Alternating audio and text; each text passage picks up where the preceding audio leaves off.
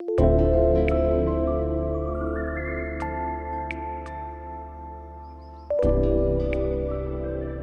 y'all, I'm Niccara. And I'm Brandon. And welcome to another episode of ...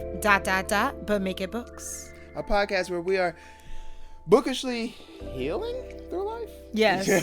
Yes, we are healing. We're healing. We're healing. We're absolutely healing. Get in the car, loser. We're healing. Get in the car, loser. We're healing. Yes. Oh my gosh. I love it. How are you? Check-in time. Yes, I know. I know you did. I'm a little mad, but it's okay. I'm okay. Not. I am going through I don't know if it's quarter life, because quarter is like when you're 25, I think, but like not even midlife. I don't even know. I'm here, trying to make it. Also, just trying to go through like what makes me happy. And also realizing like time is more important. Sometimes money is important, but sometimes when you have the money and you don't have the time, then you're like, dang, I wish I had the time back. And now I'm like, not so much with money and no time. So I'm like, look, girl, you gotta have to figure out something to do, because this ain't working for you. And I think you need to just like reset yourself. So that's kind of where I am. How about you? Yeah. I'm having a breakdown. Woo!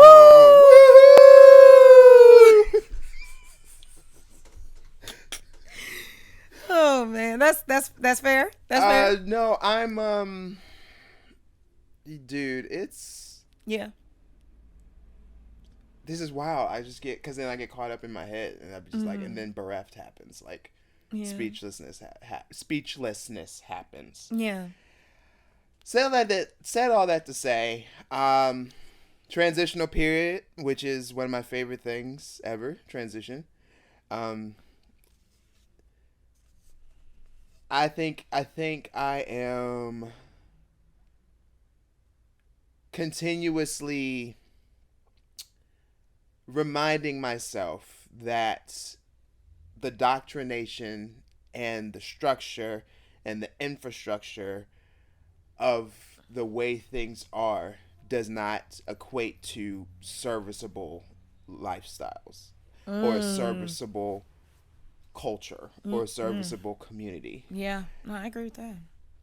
And I am in this place of myself where I mean, you're fighting yourself, because you're trying to like get out of that, because again, we've talked about it, you're baked in, it's there now. And so you're trying to break out of that. You feel handicapped sometimes. And you feel handicapped sometimes. You know what I mean? Like, literally, like, I mean, like you're frozen. You know, it's like, dude. But it's like, but then it's like, when you got that raging bull, Taurus over here, got like, can't, gotta, once I'm on that path. But then it's like, sometimes it's like, whoa. And sometimes it's like, are you servicing yourself or are you servicing your ego? Yeah. And woo, I had to come to a big reflection on that. Like, am I servicing myself or my ego?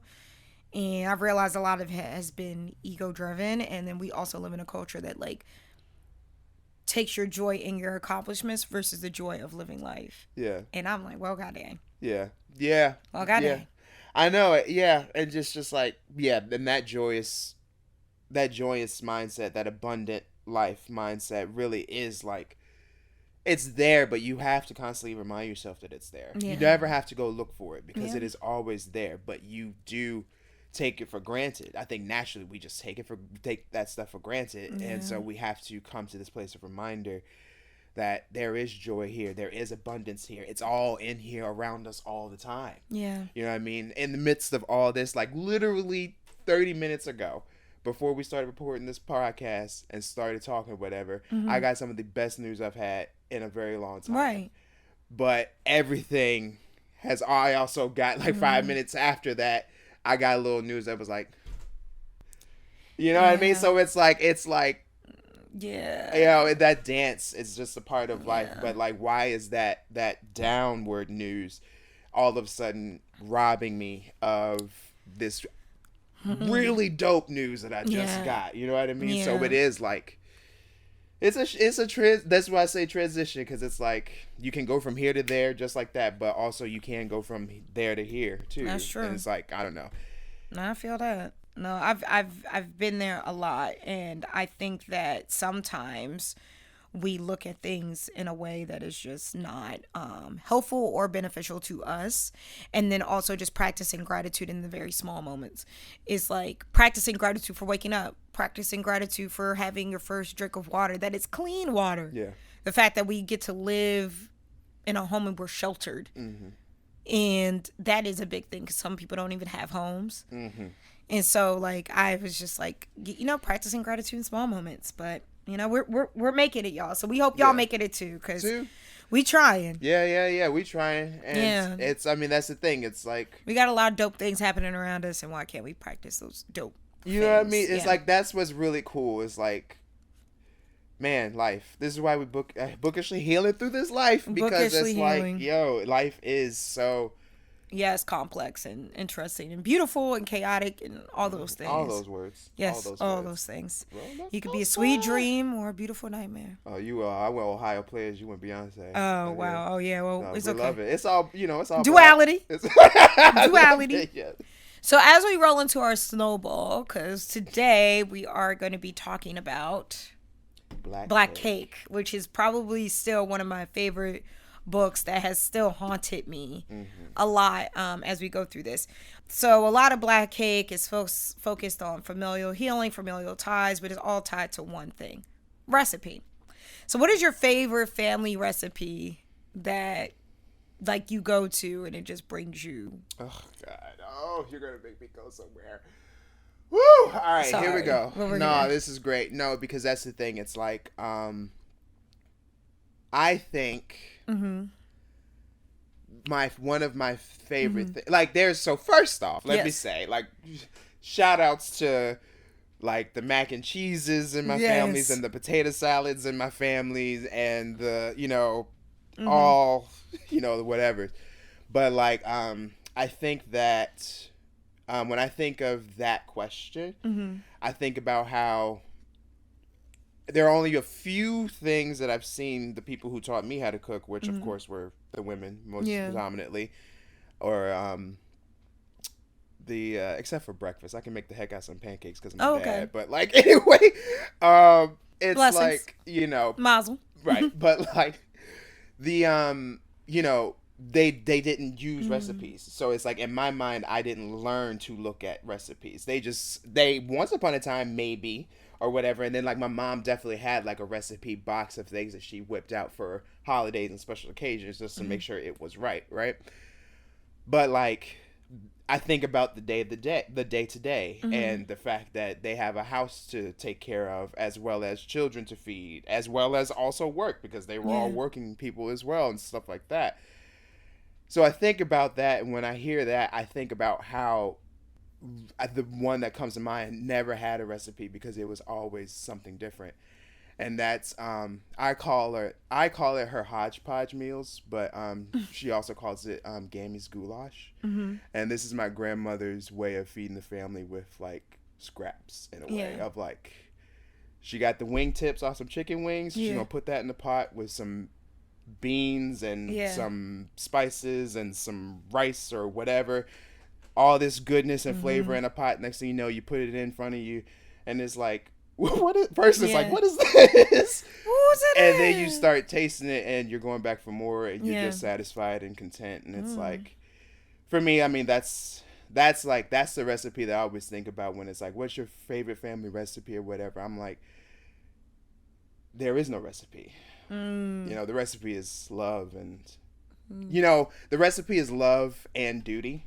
Okay. It's like, it's both, fair. You know what I mean? So, but it is, I don't know. That's where I go when I think about that question, for real. Again, shout out to like, so many good dishes. Yeah. It's like my family can throw down. We like to. So, yeah. That's real mine too. So there's two that come to mind. One is my mom's side of the family's sweet potato pie. Like, it really doesn't either have a recipe. You just have to pay attention. Yeah. And because everybody used to always ask me, how do you do this? How do you measure this? I'm like, the ancestors say, you're doing too much. Relax. Take your hand off. So, like, it's my mom's sweet potato pie recipe. And then on my dad's side, there's so many things. My dad's side is, like, Creole, Texas, Louisiana folks. So, always brisket. But the main thing that comes to my mind is gumbo. Like, my dad's gumbo is so good. They got, like, big chunks of crab legs, the crab in there. Like, it's so good. The shrimp, the everything, like, all up in that pot with the it's just so good. I love you some like gumbo. Every time I'm like do. going to my dad's house, I'm like, so you making that gumbo or no? And it's always seafood gumbo, so it has like the mussels, the clams, the everything you can think of. I said, so you making this gumbo or no? And so I bully him a lot. So it just makes me feel good every time. I know if I see him, I'm getting that food. So that's something that I think about often when I think about my family. Yeah. So, black cake. For those who haven't read it, we got to start off with a little synopsis before we get into like the little questions or whatever. So, black cake. We can't choose what we inherit, but we can choose who we become. In present-day California, Eleanor Benton's death leaves behind a puzzling inheritance for her two children, Byron and Benny, a black cake, made from a family recipe with a long history and a voice recording. In her message, Eleanor shares a tumultuous story about a headstrong young swimmer who escapes her island home under suspicion of murder. The heartbreaking tale Eleanor unfolds, the secret she holds back, and the mystery of a long-lost child challenge everything the siblings thought they knew about their lineage and themselves. Can Byron and Benny reclaim their once close relationship, piece together Eleanor's true history, and fulfill her final request to share the black cake when the time is right? Will their mother's revelations bring them back together or leave them feeling more lost than ever? So, we talked about family recipes. We talked about that synopsis. So how does food and family recipes help connect family? And we kind of touched on this, like your family have a recipe that's been shared throughout generations. So is there, like, based on your granny's goulash that you touched on, is that, like, how does that connect you in your family, and how has that further connected you, like, throughout your life when you think about this and, like, thinking about your history and your shared history with your family? Well, what's funny? Because it is, like, as I think about, it's funny because I think about, for me, like, the goulash, it is like, I don't know if everybody has that feeling. Mm-hmm. I know I do. Mm-hmm. It's like, that's a very me and my gammy thing. Like, but she did it for everybody. Like, it's not special to me, but, like, I love it, right? So it's like, it's in your family's DNA and your fabric. Right. But see, so, like, going there, what's really wild is I think my Gigi's sweet potato pudding. Okay. Was that, because here's the thing, we weird. haven't had it since maybe since a few years, because dementia took her from this realm a few years ago. It's a slow working sick thing, so it was a few years prior to her passing. Love you, Gigi. And I just remember, it's wild because Watergate salad and this sweet potato pudding were, like, my two things that I would, like, go for dessert after, like, any holiday, whatever. Mm-hmm. And the thing is, it's like, everybody loved this sweet potato pudding. And she was the only one who can make it, because it's a certain way you gotta, like, grind. Like, there's a process that, like, to my knowledge, none of us really got passed on or really grasped a hold of, because, like, and now it's like it was just ended up never really being around anymore. And so it's like, I feel like maybe, like, that is a bond where it's like, if I had all 40 people from one side of my family in a room and I would say sweet potato pudding, you'd have a reaction from at least 30 people in there. You know what I mean? So it's like, I feel like that's the tie through all of us. But unfortunately, it's kind of lost now. And I feel like that's also symbolic as well. I feel like my family unit as a whole, for me personally, we all have a lot of healing and things to go through. Right. and only each individual really knows what that means. But I'm somebody that feels big, right? So I feel it and I know it. Yeah. And it's like, I don't want us to lose. We've already lost so much as a people, right? And then when our own backyard is losing, sometimes, you know what I mean? It's like, I have so much love. I have so much care. Like it's been demonstrated today. I'm very, very loved. And my family is very loved as well by me. I am also acknowledging the fact that, like, I feel like over the course of time, I feel like, you know, we have the recipes, right? And we trust that they'll always be within us, because they will always be within us. But, you know, that those finer kinks, those finer tuned things or whatever, we do lose. So I can replicate my Gigi's sweet potato pudding and have several times.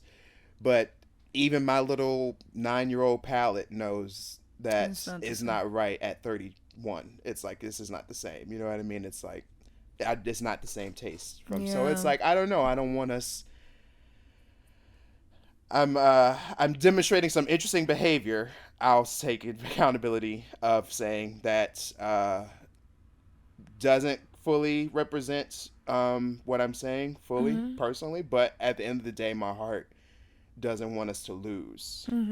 And, you know, I don't know. I feel like I want us to really start recording, whatever that means. Like, and I like, it's like whatever, like taking, like, do we have to start putting down recipes? And I mean, again, recipe is symbolic. It's like, do we need to find a family historian? Do we need to do more family reunions? Do we need to, like, what do we need to do in order to make sure of all of this, you know? Because food is definitely like a symbolic of family history, especially when you think about,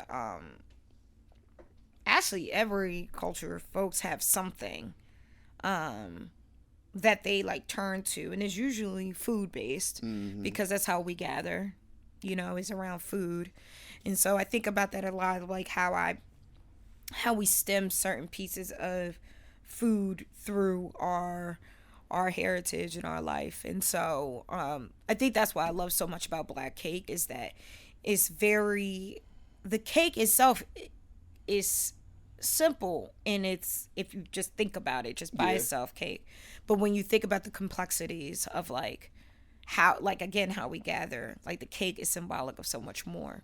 That like you get this recipe when she was gone because she held it on so tight, but then when she let that recipe go, she also let go all her secrets in that same vein of all the ingredients. And so that's also the next question. Are there secrets you find out about relatives after they pass that you're like, you look back on your life or their life, and then you look at your life in that current moment and realize, wow, yeah, I see how you got here. And so for me, I can even say, like, when my grandmother passed away, may she rest in peace, I found out that I had an older aunt. And I was like, Granny and aunt? When that happened? I mean, I had a daughter before my mom, because my mom is, she's the middle. And I was like, wait, what? Wait, what? There was somebody before my mom. And so, but when I realized, going deeper into that story, deeper into how my grandmother grew up, how her relationship was with my great grandmother, how my mother's relationship was with her mother, I was like, wow, this is all transferable. Like recipes. It's so funny how this book ties to like how recipes can sometimes be passed down. Also how generational wounds and trauma can also be passed down. And it's plain there written. Like a recipe. That's the recipe right there. It's interesting because it's like, ooh. So your question was, and I wanna, as a child of divorce. I say family, and I do genuinely mean both sides of my family. And then when I get into specifics, I'm speaking about whatever specific, right? And so when I say family now, I do mean literally my family, what I consider to be my family, all y'all, All y'all people. There's two things that I know. One of them has been biologically transferred to me, and then the other is not biological, but the same thing happened to me. And I don't think whomever would know these things know that I know these things, but I know it, and so I'm trying to work through it, because all I know is that this has been transferred to me, and this also happened to me. What am I going to do about it? Am I okay enough with the fact that those things are part of my life before I go and talk to whomever about how it was in their life, and then how whatever they did was an affectation that also affected me and all this stuff? It's like, it's like, am I prepared or clear enough on what's going on with me? And right now the answer is no, because one of the things I just found out maybe a year ago now, and the other thing I've suspected for very, very, very, very, very long time, but I got the confirmation somewhere around beginning of lockdown. So I was like, yeah. And so it's like, I don't know. And so it's like the question for you was like, after somebody dies, no, the people who I would address about this are alive. And it's like, again, I am trying to be okay with the fact. And I think that is, I believe that one of those instances specifically, I believe it is going to be a great conversation for us to have. But then the other one, it's like, I just have to make sure I am aware of this and I have it taken care of or under control or whatever. You know what I mean? One of those things is not a secret, and then the other one is. Like, one of those things, like, if you know, you know, but everybody knows at least this one thing, because it was such a big traumatic event. But then the other thing is like, oh, I know that there's a couple people who know that this happened, but I don't know if anybody knows that the same thing happened to me. And it's just like, am I okay? Like, how do I feel? Like, again, I'm still checking with myself, like, am I okay with this? And I'm like still in the process of like working through that before I feel comfortable addressing anybody about it. You know what I mean? So I know, but that situation is like, when I address it, if I address it, I feel like it will explain a lot of things, and then the healing will really begin for the big picture. The individual picture right now is like still like coming to terms with it, though, because it's still, again, it's been almost a year, so it's still kind of fresh, and I'm like, so I don't know. It's like, that's a when it's transferred, when it's recipes, because that's the thing, it's like recipes are transferred like genetics, but also, man, it's like, if we do take recipes from other people's books, we do, or other people say, oh, you should try this recipe, and then we do, and that's a dangerous game. That is. That's a dangerous game. This is why you don't eat everybody's food at the potluck. This is exactly why you don't do that. Yes, that's real. That is real. That is real. Now I'm just trying to figure out which, like, that just makes me think based on the questions that I prepared for today. I'm just trying to, that was, because like, as we're going through, because the story explores how one's choices can be passed through generations, and we're passing down recipes, pieces of those recipes. But then you can also think about how Byron and Benny, as adults, they were raised in the same house, but they are completely different. You know, Byron is quote unquote successful, famous biologist, but he's very cagey, very closed off, very not like compassionate, if I could be frank. Yeah. And Benny is like struggling, just trying to find her way in this world, and maybe a lot since then. And so when we think about that too, because when we also think about Benny is just estranged after she tried to talk to her family about her sexuality, and all of those things, kind of putting this all together in like a jumbled mesh up way of like her mother, how she grew up on this island, also her relationship with her friend on this island too, who helped her. Then you're coming back and you're dealing with this person like Byron, who I think is who her parents wanted to present. He's kind of like what they want the world to see of them, and Benny is like the undercover mess of like what they have projected out to the world, if that makes sense. Yeah. Like that's like the turmoil that is like raging underneath the surface of all of this and the secret recording, and Byron is who they present like to show like, oh, we made it, we're this person. When we think about that in like our lives, how do you feel about that? Because it's just, because if I look at my family's life, I think that is very, very evident in like how everybody could be raised in the same house, and then all pieces of the people who've grown up in this house take on a piece of that generation. No recipe, I guess is the word. Thoughts on that? I know that was like a jumbled mess, and like that's more so observation than question, but it's a little bit of both. It's like, so like it's like how like the projection versus like the reality of like the projection of family versus like the reality of family. Yeah. Which is, I mean, again, I was talking with my friend a few weeks back. It is such, the concept of family is such an interesting one because I don't know how people survive without a village. Of some kind, you know what I mean? So it's like, I feel like that's fair because I think some people don't have, this is why we create terms like chosen family. Like I think like I have a village, I have a family, I have a chosen family, I have all of that, right? But some people don't have that privilege or life, right? They just don't. So it's like, I think that there is a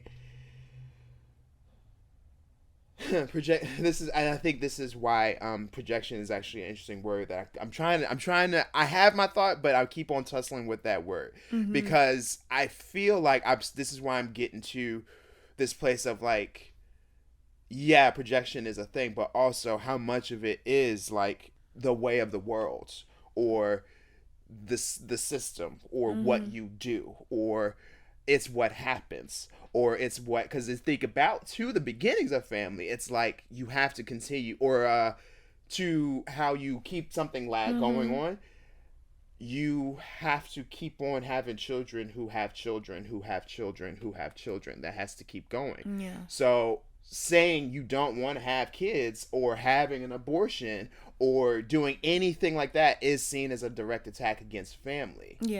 And I don't think that's so, but I think that the way we think about family makes it seem like if anything is not within the hub or within the unit, then it is in some way, shape, or form defiant of the family unit. And then there comes projection. I feel like people push to step a little bit outside of the groupthink. And then are not attacked, because I don't think it is always an attack, although some people would argue that it is always an attack, whether it's a nick or a slice. You know what I mean?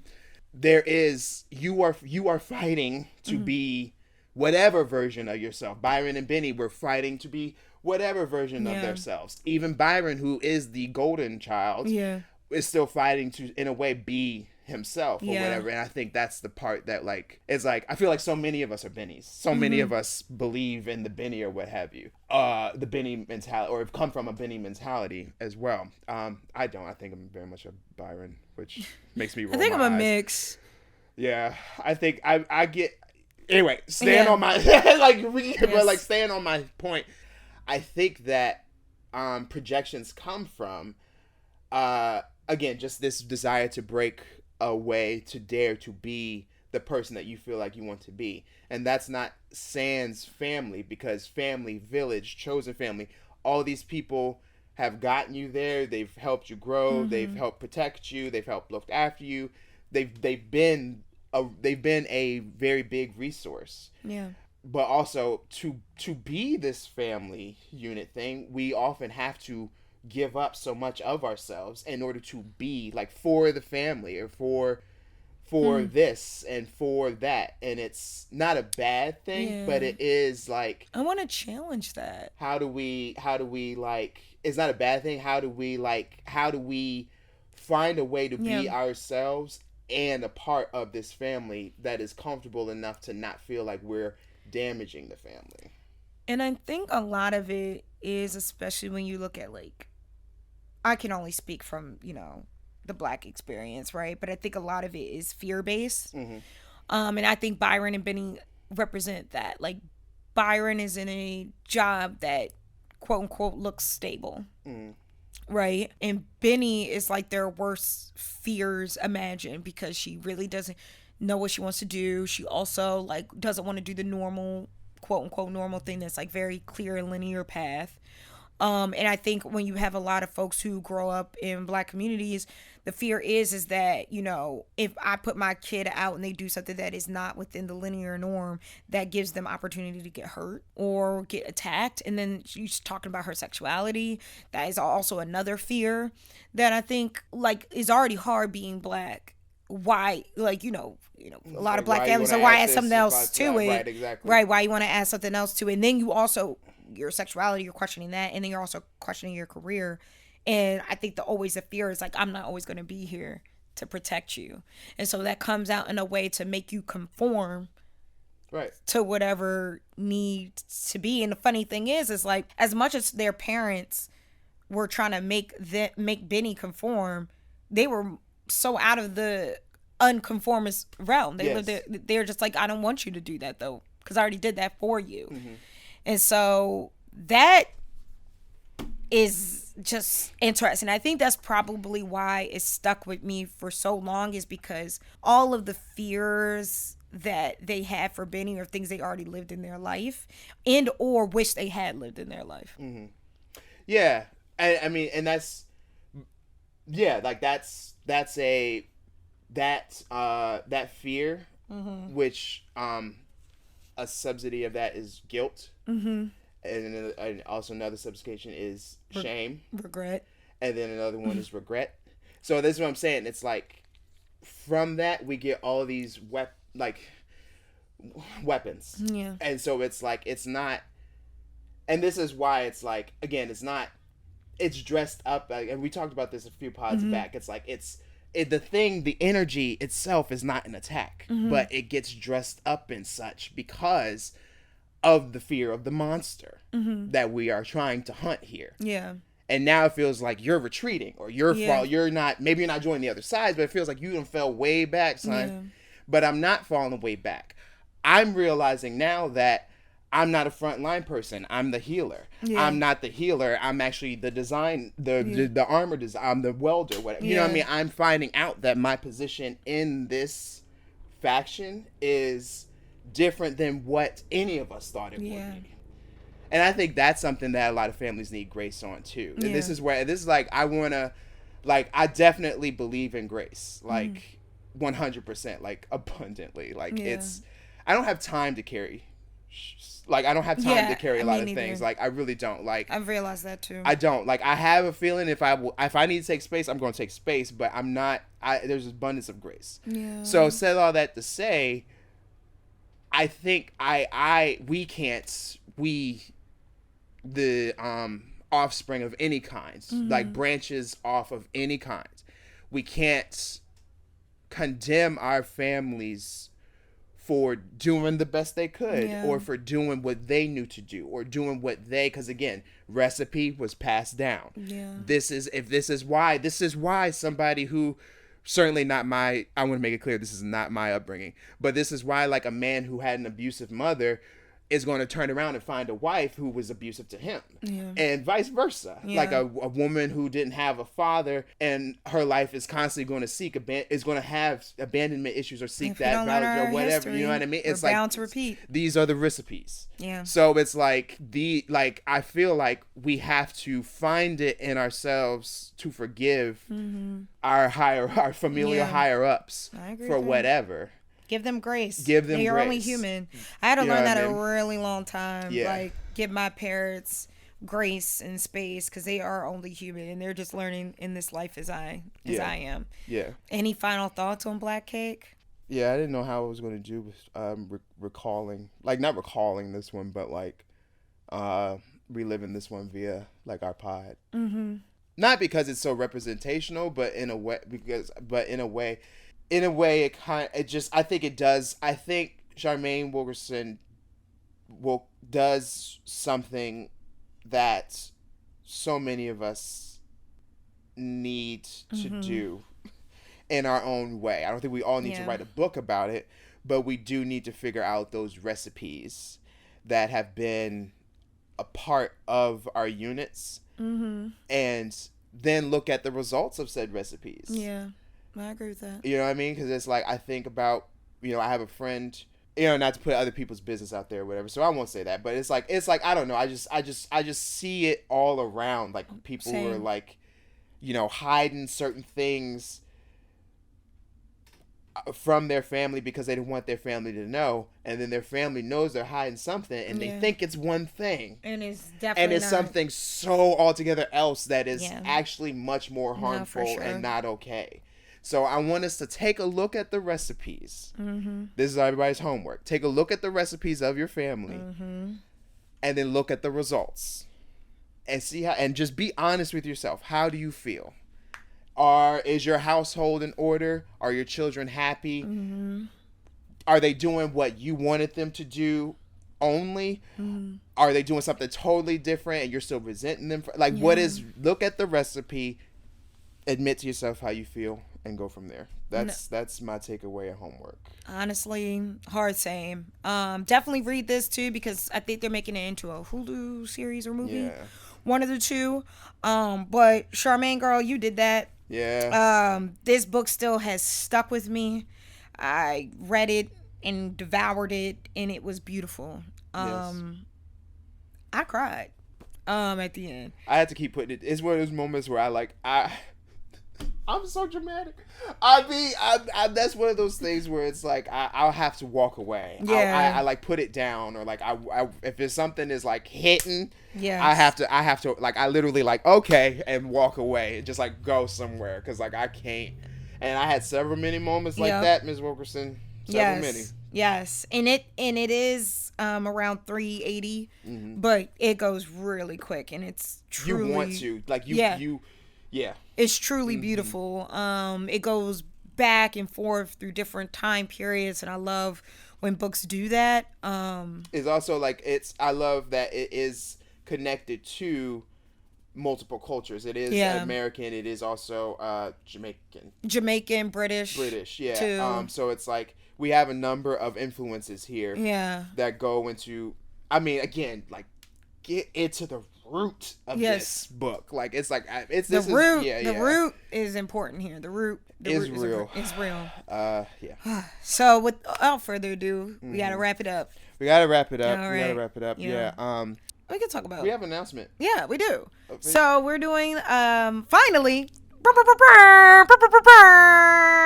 We are doing a live show with the wonderful, immaculate. You know what? I'm gonna let Brandon say it, because he's the one who landed this, not me. Let's not do that. Okay, we're gonna have a conversation about that kind of stuff. Because maybe I'm sending the emails and being my usual. Anyway, just take the credit, boy. But this is for us, and I'm very excited that we get to speak with Disha Philyaw of The Secret Lives of Church Ladies. Which is amazing. On October 5th. Yes. At Baltimore Center Stage. So here's the thing, right? If you want to come cut up and kiki with me and this fool before the show. Big facts. Before the show, you should come at about 6:30. The ticket for that will be $20, and you'll get to chill with Disha, myself, and Niccara for about an hour. Get your selfie in, or get your whatever, like, you can kick it, talk to us, get a drink, whatever. And then at 8:00 is going to be the show that is open for everybody. It's very limited number of tickets for both, really. It's like there's only like 20 tickets for the VIP treatment. But and there's still there are plenty more than that for the the live actual recording. But we do have a capacity, so don't hold out. Go ahead and get that ticket. So tell your book club, tell your mama, tell your partner, make it a date night, be cute, be whatever. Be if you are interested in vending or sponsoring our lovely clothes, just email us at butmakeitbookspod@gmail.com. Yes. And it'll be, it's a live recording, and it's also she'll do a signing afterwards. So if you have a copy of Secret Lives that you want to get signed, or if you want to buy another copy, because Charm City Books will also be there selling books. Yes. We have a couple cool vendors already, but we are still seeking a couple more. So if you're interested, hit us up. That's very exciting. Yes, I'm excited for this. Well, I will acknowledge right now that I'm very, very excited for this, even though I want to talk more about it at a later episode. Yes. So Yes. Y'all go ahead and get those tickets, and please remember to keep on living this life, keep on healing, but make it bookish. Yes. Thank y'all for hanging out with us again. All right, peace, y'all. Devin, we're done.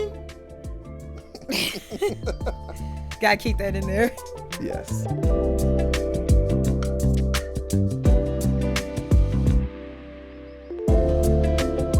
Hey y'all, it's Niccara. Thank you so much for listening to the episode. If you like it, please make sure you review, rate, and subscribe to our podcast.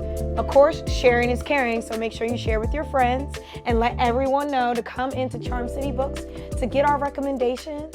And thank you so much for listening again, and I'll see y'all. Be good.